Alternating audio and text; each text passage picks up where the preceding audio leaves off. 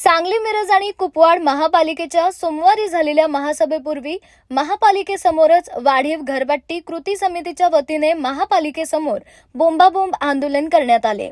या आंदोलनात सामाजिक कार्यकर्ते व सांगलीकर नागरिक सहभागी झाले होते।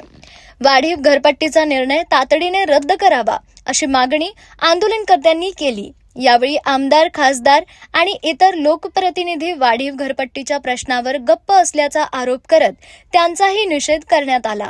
सामान्य नागरिकांवर वाढीव घरपट्टीचा आर्थिक बोजा पडत असताना लोकप्रतिनिधी मौन का बाळगत आहेत असा सवाल आंदोलनकर्त्यांनी उपस्थित केला।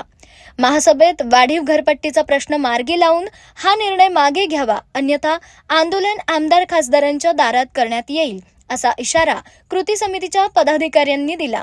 आंदोलनादरम्यान महापालिका परिसर घोषणाबाजीने दणाणून गेला। अरे वाढीव घरपट्टीला तर महापालिका प्रशासनाच्या नावाने, महापालिका प्रशासनाचा, अरे वाढीव घरपट्टीवर न बोलणाऱ्या सर्व नगरसेवकांचा।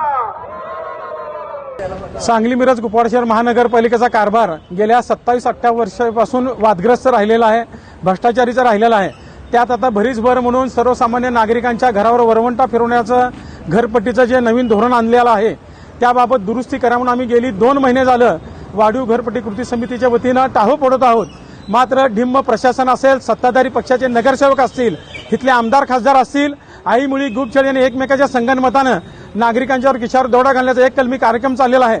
त्याच्या विरोधात आज आम्ही महासभेच्या वेळेला बोंबाबोंब आंदोलन केलेलं आहे। याची दखल घेऊन जर घरपट्टी स्थगित करून दुरुस्ती नाही केली तर इथून पुढे महापौर असतील, आमदार, खासदार असतील, आयुक्त असतील, उपायुक्त यांच्या दारात आता बोंबाबोंब आंदोलन आम्ही आणि झोप मोड आंदोलन चालू करणार आहे।